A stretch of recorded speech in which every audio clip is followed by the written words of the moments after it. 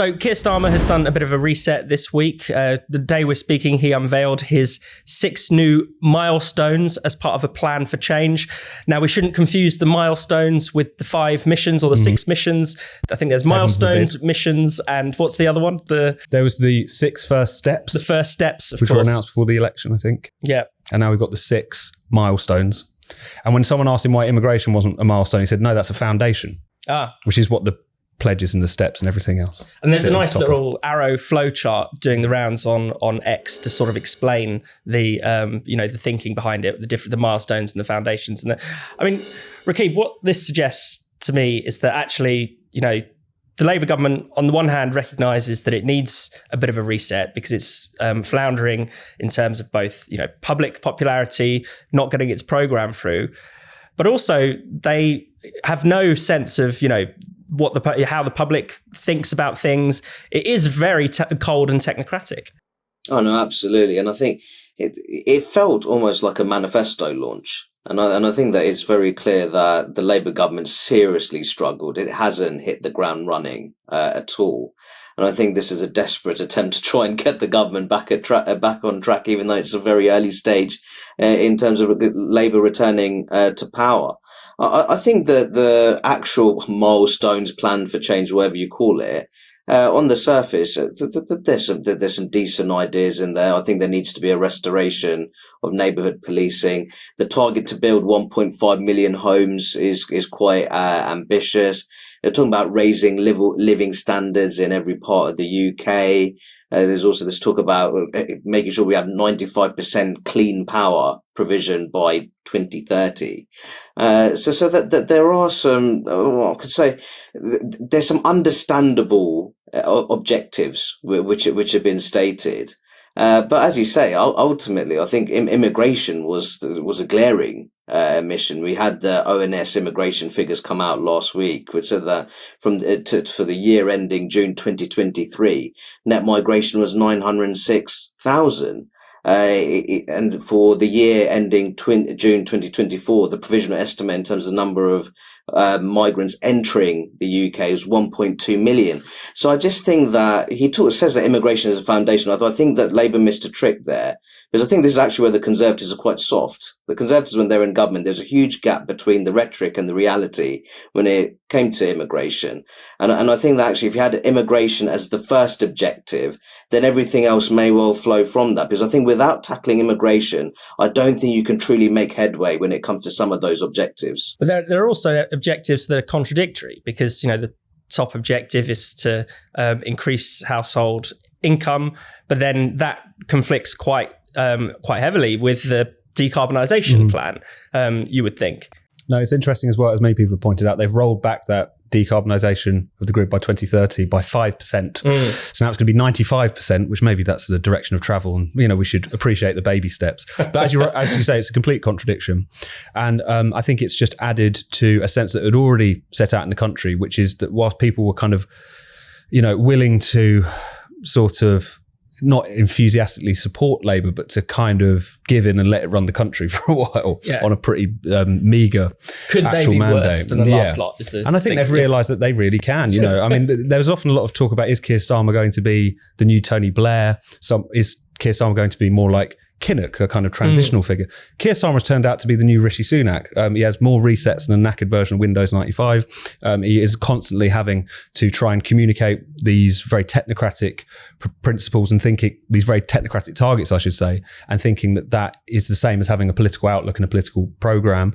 And he's also engaging in what various middle-of-the-road Tories have been doing over recent years, is continuing to govern in precisely the same way as they've done previously, but just occasionally in a speech saying things that might get the Telegraph leaders column excited, whether it was denouncing the open borders experiment, as he put it, of the last government, or whether it's talking about taking on the NIMBYs and, expressing his dismay at the fact that, HS2 was having to pay 100 million to protect some bats.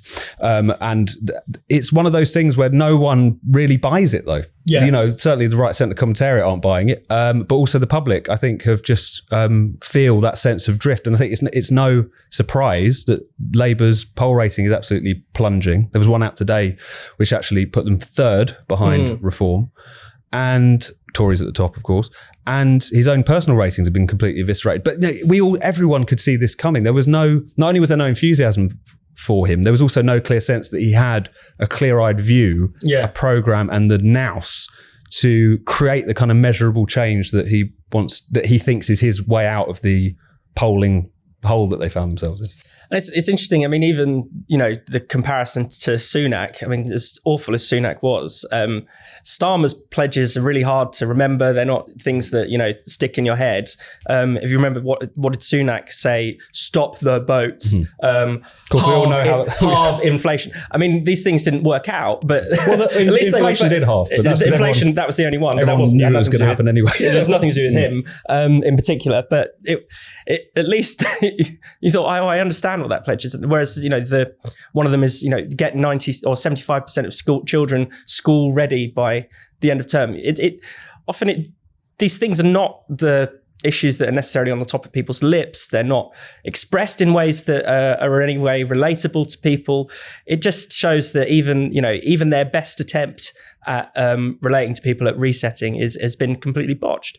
Rakib, anything else you want to add on Starmer? No. I think you make a fantastic point. I think another one of the pledges is that 92% of patients, they shouldn't be waiting any more than 18 weeks or so when it comes to treatment. That's the sort of NHS aspiration. I think the one you're referring to there is that 75% of 5-year-olds should be ready to learn once they reach that age. And I think it really taps into that point that these sound very technocratic objectives. They're not going to stick in the average voter's mind. As one example would be, I'm just thinking off the top of my head, affordable homes for all young families, just something like that. Because and I think that the worry is that it's such a technocratic approach. It shows that Sir Keir Starmer, and I suspect much of the cabinet, they don't have a real philosophical grounding in their politics.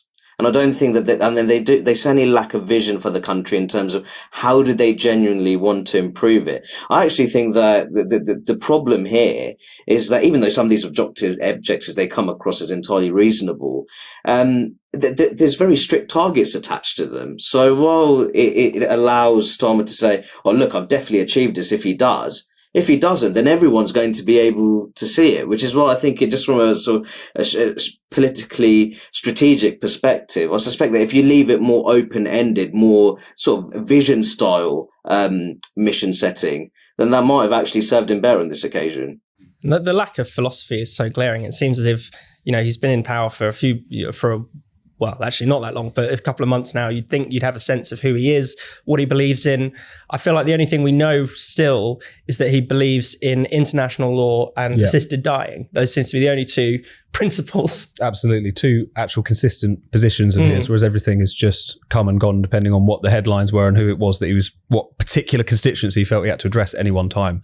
And he's being found out. I mean, we've a lot of this conversation has been the way in which the technocratic supposed centre has failed so catastrophically. But in Keir Starmer, you have a figure who is not only very much of that establishment politics, the very settlement which has completely failed, particularly working class people, but the sort of politics which is enraging vast swathes of the electorate.